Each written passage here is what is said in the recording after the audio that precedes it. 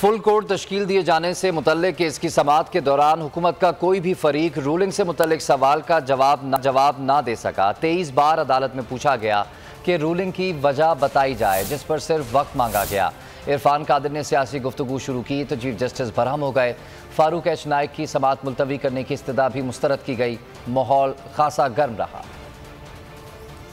कमरा अदालत का माहौल इंतहाई गर्म रहा। वक्फे के बाद जब समाअत का दोबारा आगाज हुआ तो इरफान कादिर ने मेरिट पे दलाइल देने से इनकार कर दिया। हमजा शहबाज के वकील ने भी दलाइल देने से मना कर दिया। वकला ने मौक़िफ़ अपनाया कि हिदायत लिए बगैर दलाइल नहीं दे सकते। बाकी वजीर कानून ने कमरा अदालत में सियासी तकरीर शुरू की तो चीफ जस्टिस ने रिमार्क्स दिए। हर लफ्ज रिकॉर्ड किया जा रहा है, आप एहतियात से काम लें, डिक्टेशन मत दें, रुस्रम छोड़ दें, बैठ जाएं। इरफान कादिर ने कहा, एक बैंक तमाम फरीकैन को एक सुनेगा तो मजीद वक्त दे दें। सुप्रीम कोर्ट के फैसले में नजरसानी दरख्वास्त दायर है। फारूक एच नाइक ने दलाइल दिए। इस वक्त अदालत में तल्ख कलामी बढ़ गई। अदालत केस की समाअत मुलतवी करे ताकि तल्खी का माहौल कम हो। फारूक एच नाइक की जुमेरात तक समाअत मुलतवी करने की इस्तदा मुस्तरद हो गई, जिसके बाद चौधरी शुजात के वकील ने दलाइल दिए। हुकूमती लीगल टीम का चौथा वकील भी जवाब देने में नाकाम रहा। समाअत 15 मिनट के लिए मुलतवी की गई। मुख्तसर समाअत के बाद फिर कार्रवाई आगे बढ़ाई गई।